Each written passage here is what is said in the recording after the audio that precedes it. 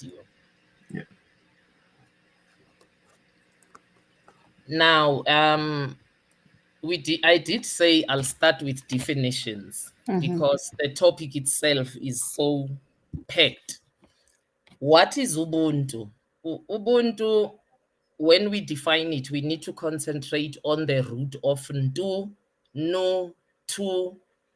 That no has an HU, but there's another no with a NU that has no H, which is basically how Bantu people describe a human, a person. In South Africa, Zulu, Xhosa, Ndebele, and Swati, we have an adage where we say umuntu ubuntu ngabantu, which means there's a person and there's a community. So you exercise your personage or your personality or ubumuntu bakho, you exercise it within a community, which is why Ubuntu has electives like respect, human dignity, compassion, solidarity, and consensus building. It will be consensus building because you are exercising your being through the community. I think that's the simplest definition I can give of Ubuntu. And Ubuntu is symbolic of all of Africa. However you call it in your mother tongue throughout this continent, that's the philosophy through which we governed. And we also included that in our economic relations and in our spirituality. What is global governance? Well, it also can be defined variously. For the sake of this talk, I've defined it as a framework of institutions, of rules, of norms, and procedures that facilitate collective action, emphasis on the collective, and cooperation amongst countries and other actors. To do what? To achieve peace and sustainable development. Global governance is not an end unto itself. It is a means to the end, which is really global peace, global prosperity, sustainable development. Currently, what marks global governance out there? You have institutions and instruments. Let's look at the institutions. Please, for the listeners, I'm going to emphasize the years during which these institutions were formed. In your mind, as I call it, ask yourself, where was Africa at that time? Where was the African world voice at that time globally? The first one is GATT. They call it GATT. It's the General Agreement on Tariffs and Trade. It's very crucial because this is what decides if you are impoverished or not impoverished as a continent or as a country. When was it formed? 1947. It's defined as a legal agreement between countries on the substantial reduction of tariffs and other trade barriers and the elimination of preferences on a reciprocal and mutually advantageous basis. It looks very good on paper. That's one, if you listen to the definition. But mark the year when it was formed, 1947. Which African country was free at the time? Where was Africa in 1947? Ask yourself. And then in 1995, cognizant of that, it was collapsed in favor of the World Trade Organization. But the foundation of anything is crucial, fellow Africans. Ma-Africa, we stay in South Africa, which is a plural for Africans in Zulu or Xhosa, Ndebele, or Swati. Ma-Africa, the foundation of anything is the most crucial thing. A house stands because of its foundation. If GATT was collapsed to form the World Trade Organization in 1995 because of the cognizance that Africa wasn't there in 1947, but if the foundation of GATT went into the World Trade Organization, I ask, how different is it? In any case, it remains the only global international organization dealing with the rules of trade between nations. At its heart, the World Trade Organization agreements are negotiated and signed by a bulk of the nations that are represented in it. But remember, whether there was GATT or there was the World Trade Organization, remember, which is supposed to be there to facilitate trade, think of that against the background where protectionism in the US has been their economic policy. And so is the West. So while this looks good on paper, just understand that protectionism also exists. And the West, and when I say the West, let me unpack them quickly. When we say the West, we mean Western Europe, and North America, that's Canada and the US, and then we also include New Zealand and Australia. So the West, while they are part of GATT and the World Trade Organization, they use protectionism in terms of their economic policies. And then you have another organization called the World Bank and the International Monetary Fund, the IMF. That's been the woes and the source of the poverty in Africa through programs that were called early in the 60s, the structural adjustment programs.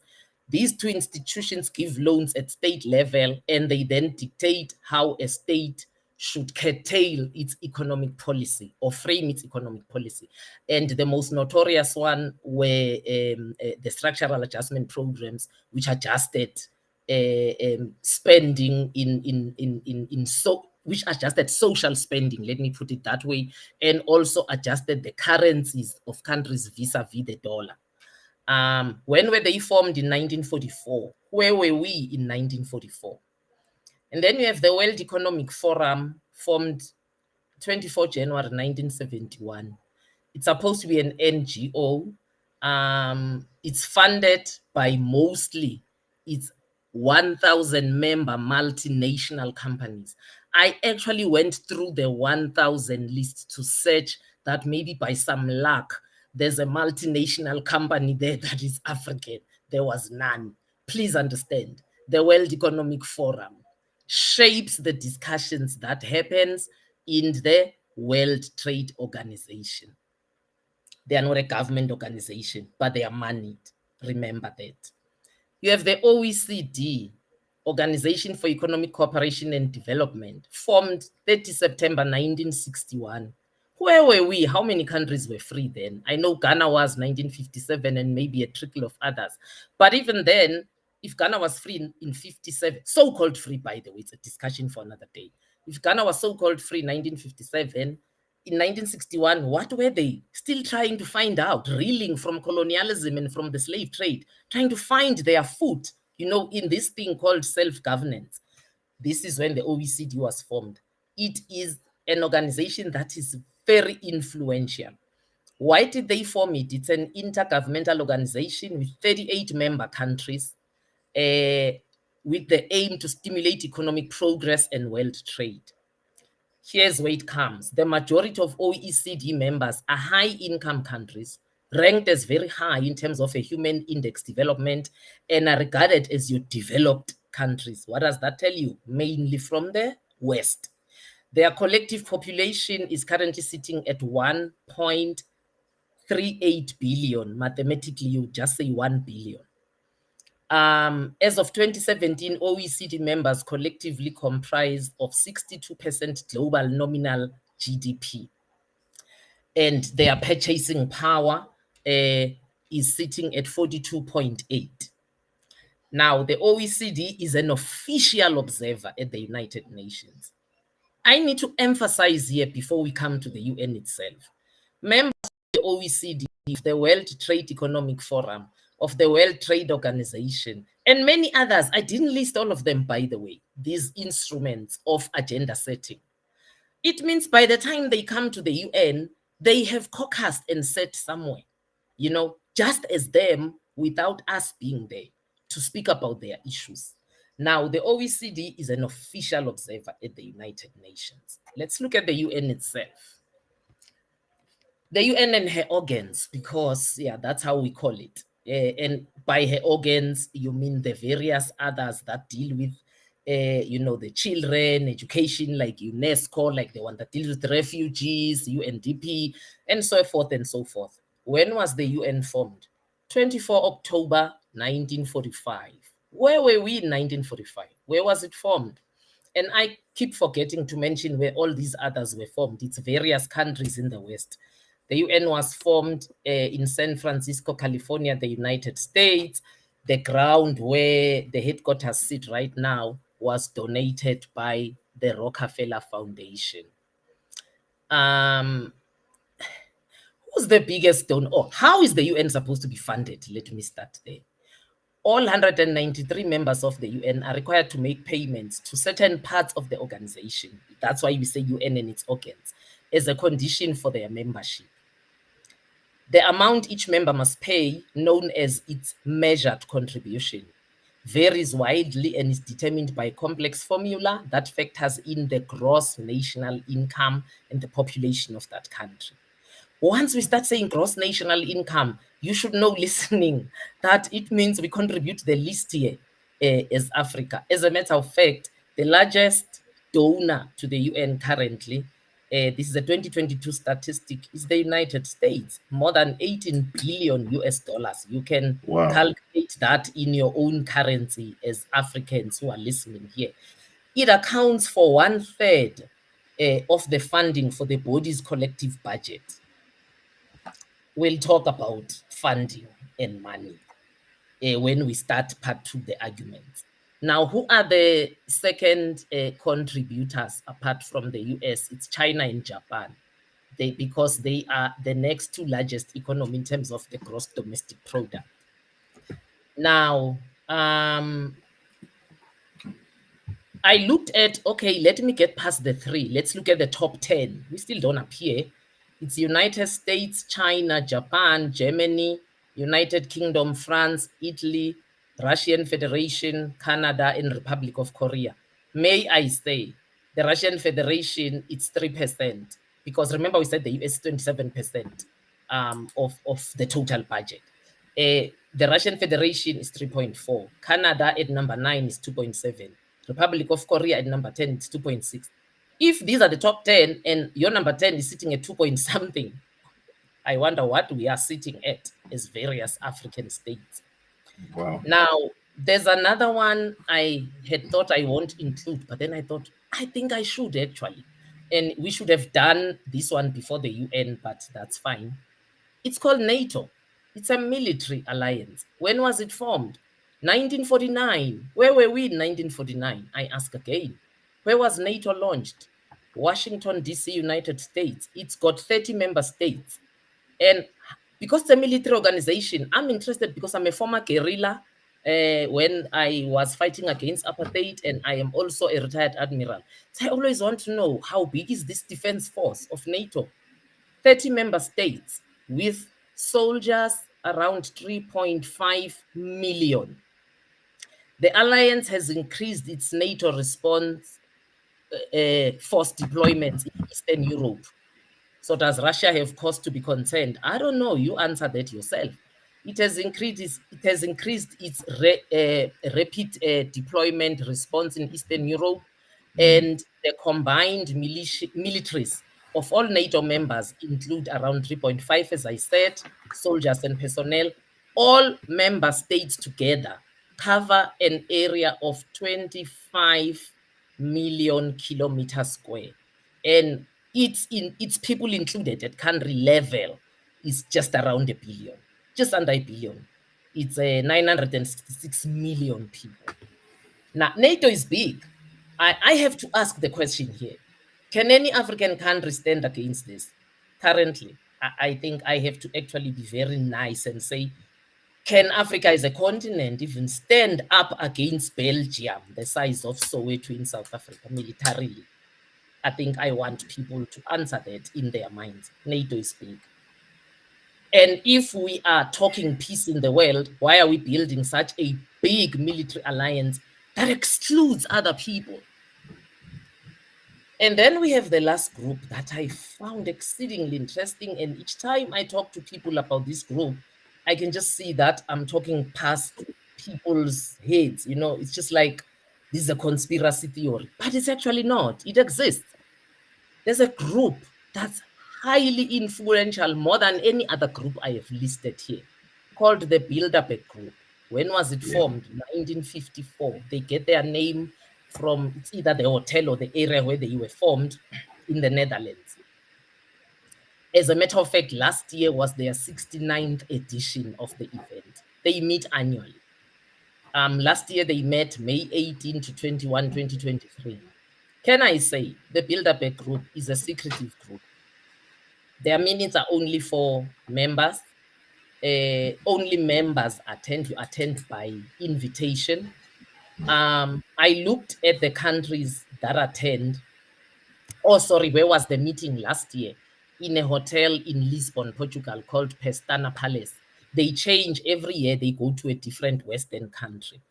Last year's participation list, and thanks to your investigative journalists, because this information was even unknown until it started surfacing in the last 10 years. And each year, these investigative journalists give us a little bit chunk more, than the group itself would wish to be published about them. So last year, the attendance was approximately 130 participants from 23 countries. I actually had to list these countries for myself and realized that there was no African country there. The only Asian country there was China. And people participated at various levels, at presidential level, at ministerial level, at corporate level, at banking level, at military level, health level, all the facets of society. This is a lily white institution that comes together every year to plot. If it's secretive, for me, that's plotting, but big also, that's agenda setting. Now, if 23 nations are represented in this, and 23 nations are dictating to a world of 7 billion people, that scares me. That's not world governance, that's dictatorship. And I can tell you for a fact, whatever is discussed in the Bilderberg group, in the end, finds its way into the Security Council of the UN. It finds itself into the UN General Assembly. Even the names tell you. The other one is a Security Council exclusive. The other one is a general. I hate the word general. General, it means every Tom, Dick, and Harry. That's where we all sit. They're told, and the policy is made somewhere. I know people lambast me when I say these things. I mean, I was even told that that's a power of a single narrative if I say the UN is unrepresentative. So I don't know what to say to people. I mean, are we permanent members of the Security Council? No. Who is? It's Russia, China, UK, France, and Britain. They are part of all these organizations that I told you about. Also very in the Bilderberg group. Now, what is multilateralism? I made it very simple because I thought by now people would be tired of the definition. Multilateralism is supposed to be an alliance of multiple actors moving from an equal position of power, pursuing a common goal towards sustainable development for all. Is this not the UN agenda? The SDG program, Sustainable Development Program, that we all should be achieving by 2030. If that's the program of the world, why do we have all these secret, finicky organizations on the sides, plotting and wheeling and dealing, and influencing the UN, and we're not represented in those organizations? So, you even come to a point where you ask when we are critical, is the SDG program, if you look at it, that's what we all want, those 17 goals. But is it even real? Is the West even committed to the SDG program with all this wheeling and dealing and plotting people? That's exclusive and lily white. Now, let's get to my arguments. I argue that governance is money exercise. Govern anything if you don't have money, because governance is programmatic plans. Now, you can't plan if you don't have the money to put your plan into implementation. Now I ask, looking at the UN contributions, looking at NATO, the Bilderberg Group, the OECD, all these people that I've counted to you today, where does the money lie? It's not lying in Africa. So when we say global governance, you need to contribute something for you to fund it. That's why Trump was just like, I'm sorry, America first. We are not going to continue funding these things. If you're a NATO member and you're not paying your 2% share, we kick you out. So global governance is money, Africans. Let's remember that. And if you don't have the money, please remember the popular adage of capitalism. It says money talks, excuse my language, and bullshit. It also says he who pays for it owns it. So what really is our part and our voice and our influence in the supposed multilateral global governance process currently? It makes me remember my email signature, those who have dealt with me through emails. It was coined in 1744. Imagine this, in the thick of the slave trade. 1744, by founder of the House of Rothschild.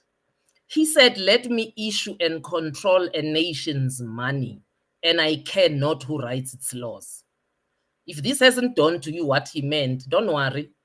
In 1863, having founded this heritage and foundation of the Rothschild family, in 1863, his successors, kids and kids, came and finished this off for us. They said, because the few who understand the system will either be so interested in its profits or be so dependent upon its favors that there will be no opposition from that class.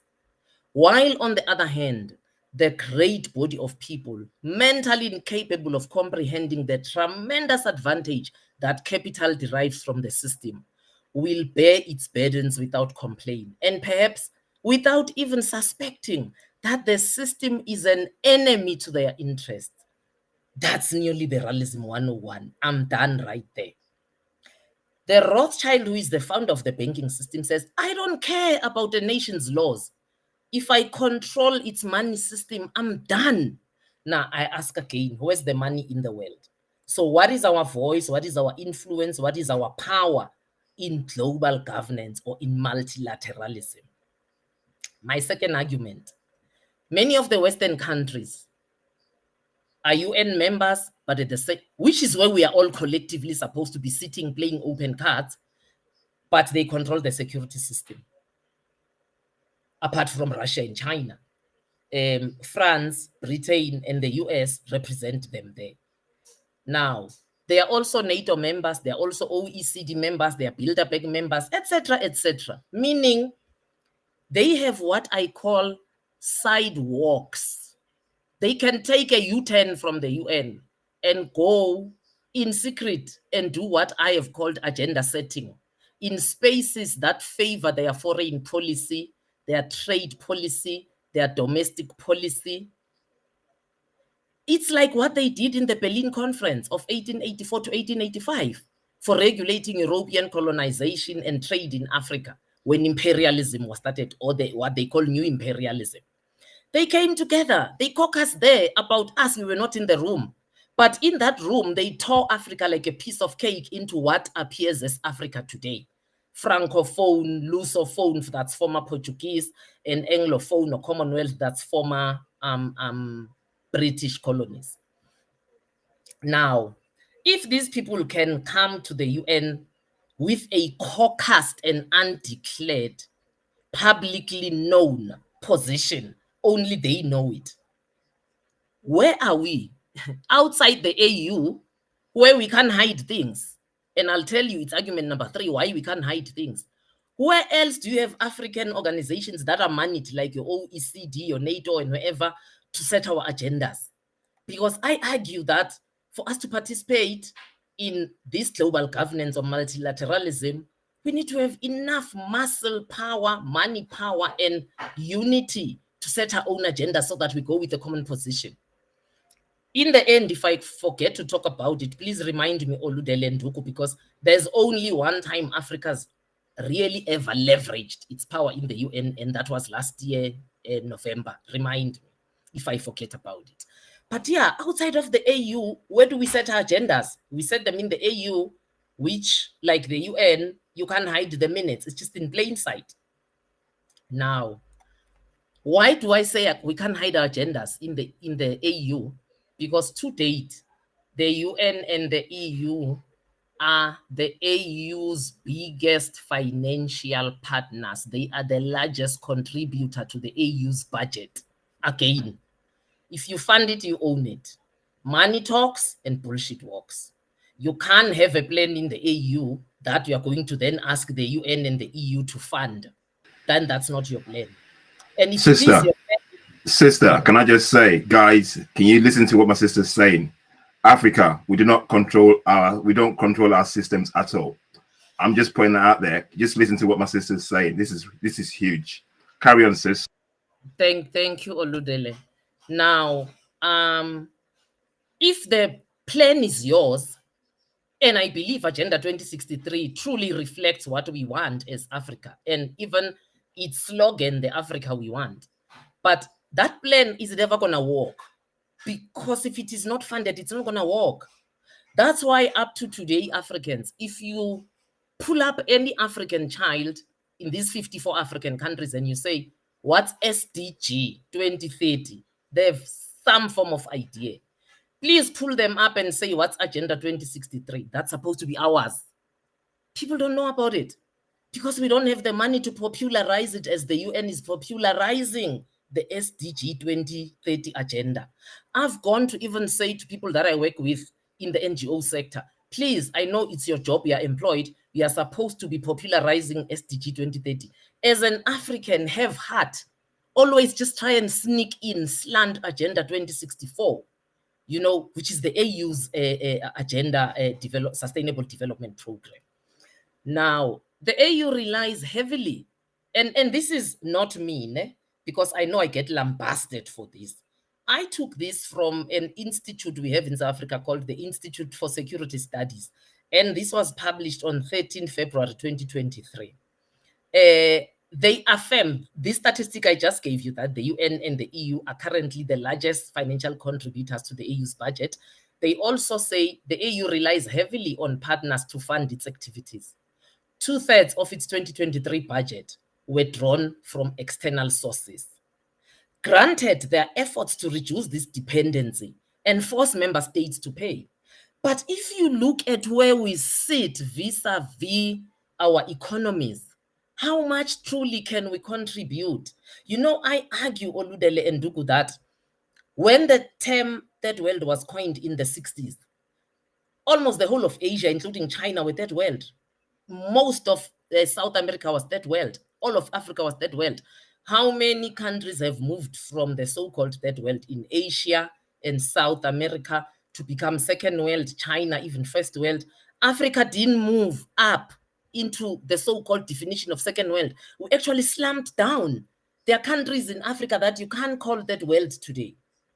We're retarding. We are not progressing. We are going back to Stone Age and Iron Age in terms of living standards and economically viable and sustainable economies. Brings me to my fourth argument, the decolonial argument. We haven't decolonized. I had to remind myself there, what do I mean? Because for me and Oludele and Duku, we talk about this all the time, so we might know what we mean. What do I mean when I say we haven't decolonized as a continent? I'll make this plain and simple because it's been technical thus far. See, I'll take South Africa as an example. The liberation movement that championed our anti-colonial struggle was the African National Congress. Now, when 1994 hit and the so-called freedom came, what became the history of South Africa?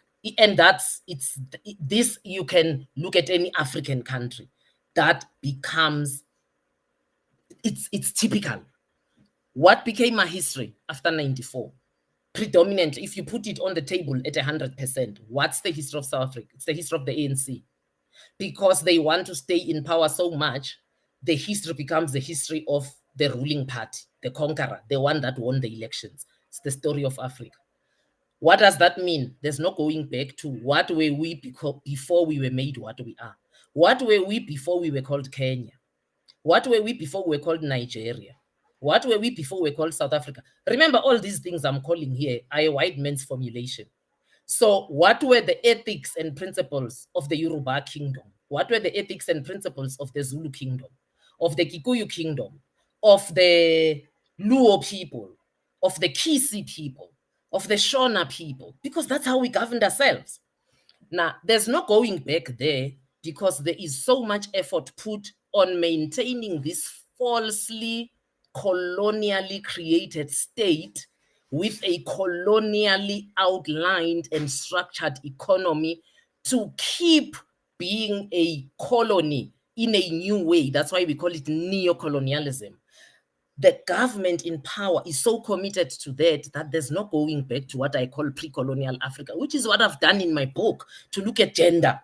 What was gender in pre-colonial Africa? Not this gender that became what became of Ghana in 57, of South Africa in 64, of Zimbabwe in 1980, of Mozambique in 75. Not this thing where we were reacting to colonialism and whatever we coined was a reaction to colonialism. No, detach and say what we haven't done that.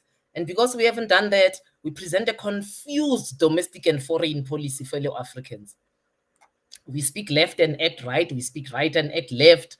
Today we are the friends of China. Tomorrow we are the enemy. Today we are sleeping with America and with the same mouth. When America just departs from the room, we are kissing China. China leaves, we are kissing Russia. We just don't know what we want and who we are, honestly. And we also don't want to look inward. We keep believing, okay, the West, excuse my language, because sometimes the best way to describe it, oh, the West screwed us so much. Let's look to China. China will save us. Oh, no. Having been with China for the last 15 years, we can see China is also not coming. You know, they're coming with a forked tongue, speaking to us with a forked tongue. Let's look to Russia. Oh, maybe South Korea will do it for us. Or maybe Japan. Stop, Africans, decolonized. Find yourselves. Because you can only participate in global governance when you present who you are. Not when we are mimicking somebody else. We can't take Korean culture to global governance. We can't take Chinese culture. China is already there. We can't take Japanese culture. Japan is already there. We need to take ourselves there. We need to take our Ubuntu. But how do we find it? If we continue being structured around the colonial dictates, you know, that came to divide us. And here's a perfect example, and I'm almost done so we can talk. Here's a perfect example. 43 of the 54 African states, Oludele and Dugu, declare themselves as secular states in their constitution. What does this mean? It means they are non-religious, or religion is a private matter. They are non-religious, non-spiritual, they are just states. While religion or spirituality exists, it's a personal matter. Guess what? All of these states observe Easter and Christmas. Is that secularism? It's on television. It's even public holidays. Some of them observe Ascension Day. All of these 43 states observe Islamic holidays. All of them are national public holidays. They're on television, they're at school, they're in the curriculum. This, listen to this. This, while only 6 countries in Africa observe Africa Day as a national holiday. I need to call them out. And if there's one that I've left, I stand to be corrected, but I only found 6. Ghana, Zimbabwe, Lesotho, Zambia, Mali. That's it. Yeah, Ghana, Zimbabwe, Lesotho, Zambia. Oh, actually, yes, and Zambia. Now, Oludele, you realize you guys are not there. I hope, Ndugu, you know Kenya is not there. Hold on, sis. She said Ghana, Zimbabwe, Lesotho, Zambia, Mali. Yeah, I think it's 5. I made a mistake. That's you got 5 though. Okay. It's only 5. Okay. Yes, it's only 5. Now, how do you have Easter, Christmas, Ramadan, Ascension Day as public national holidays, but not Africa Day? Guys, I believe that when someone show you their true colors, believe them. If I'm dealing with an individual and they're antagonistic towards me and I give them a second chance and I sense the same energy and I say, I detach, they're showing me their true colors. If I don't believe it, I'm the one that's stupid. So can we stop being stupid and say they're secular states in Africa? Because they aren't. Africa's shown us its true colors. Africa is either Christian or Muslim. There's no secular state in Africa. Let's tie this to the fact that only one of 54 African countries recognize African spirituality as just that, spirituality. Not demonic, not witchcraft, not anything. I don't mean it person to person, please hear me. I mean at governmental level, and that's South Africa. I don't like what the ANC's become. I don't like what they've done to South Africa, but I always say at this point, they deserve to be praised.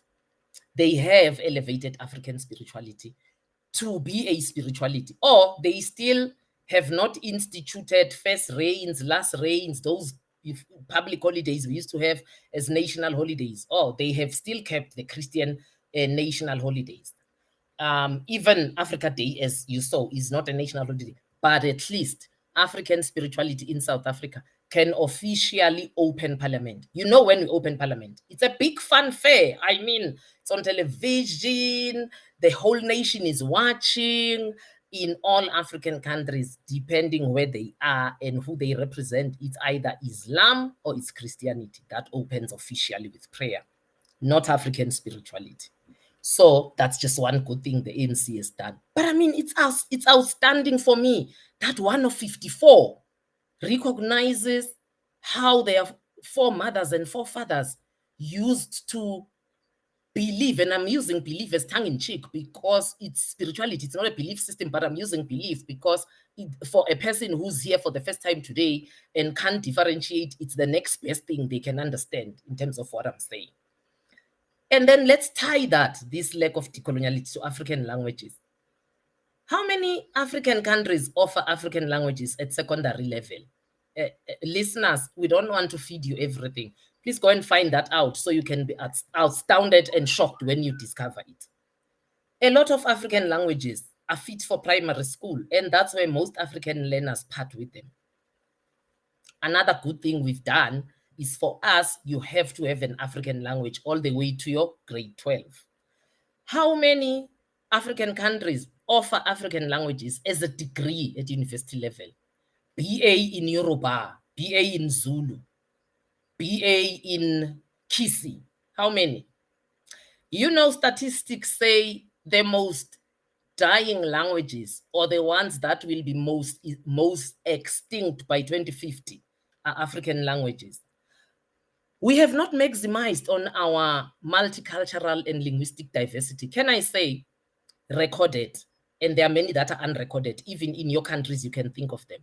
But recorded thus far, there's over 3,000 African languages that have been recorded. When I say recorded, captured as an existing language. I know in South Africa, for instance, we say 9, you know, but I know that Impondo is an existing language. Isipata is an existing language. Islobedu is an existing language. They are not captured. They have all been bundled.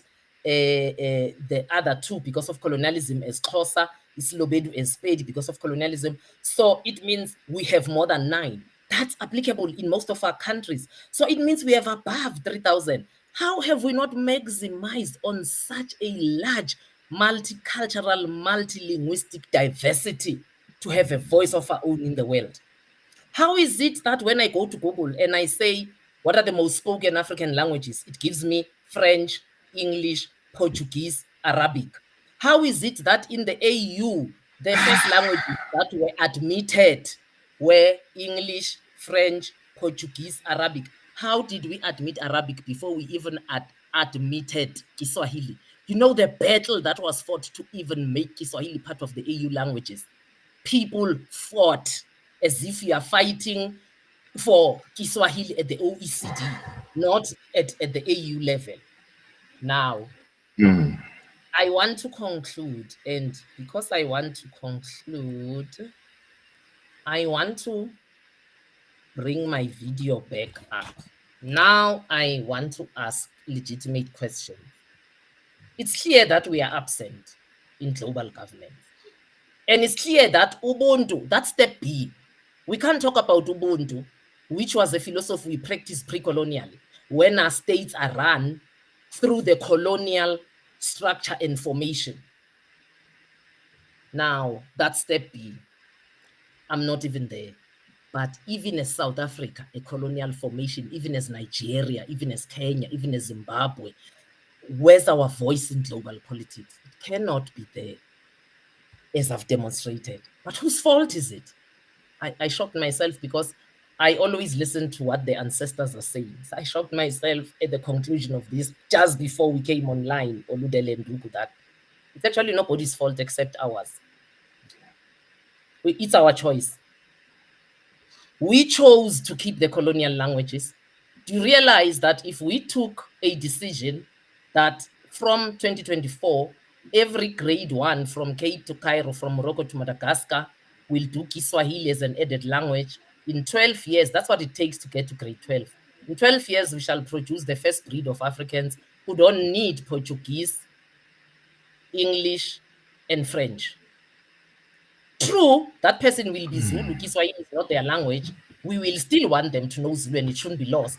But at least Kiswahili will be an African language that unites them. They will need no interpreters sitting in the room. They will save so much time the day they become AU leaders speaking the same language. And language is big, guys. Culture is in the language. The language is the vehicle of culture. So language is big. It's not just a thing, which is why they fought so much for their languages to be kept here in the so-called post-colonial state. Two, it's our fault because people say we can't have our voice in global politics because you need Pan-Africanism, which is what I said. You can't sell Chinese at global governance. China is already there. You can't sell British. Britain is already there. You need to sell African, which means you need to sell Pan-Africanism and Afrocentricity. But you can't do that if your leaders aren't that. You can't do that. I know for a fact that the ANC is not Pan-African. I mean, Pan-Africanism rubs them off the wrong way. If anything, it gives them diarrhea. The PAC is Pan-African, but I mean, the PAC was killed even before it came back to the country, and we all know why. They wouldn't have a Pan-African organization up and running. So all the funding during our struggle went to the ANC, and the PAC was starved. That's an argument for another day. Now, if our leaders are not Pan-African, I come again, Dugu and Oludele. Who's to blame? We, the voters, are not Pan-African enough to elect Pan-African leaders. We elect the thieves that we are. We elect the liars that we are. We elect people who salivate after the riches of the West because that's who we are as a people at the core too. Wow. My husband has a saying. He says we get the leaders we deserve, meaning your leaders reflect you. Mm-hmm. So we must stop blaming African leaders. We put them there and they reflect who we are. Yeah. I mean, their constitution say that's what they're going to do. Their constitution do not say, I'm going to go back and look at Africa 10,000 years ago and see what economic principles we can get from there so we can get out of this economic quagmire. They don't say so. They want to keep capitalism going and we elect them. So I'm going to stop here and just say, we have refused to be who we are. We prefer to be somebody else. And if you prefer to be somebody else, that person already has an existing heritage, culture, history, economic system. So if you want to be those people will end up ruling you. And in global governance, you will end up siding with them because they emulate who you want to become. So the African voter needs to snap out of it and wake up. Just as a disclaimer, I'm not even sure if the electoral system that we even have in this continent is going to take us out of this quagmire. That's another argument because somebody sitting there will even say, it won't.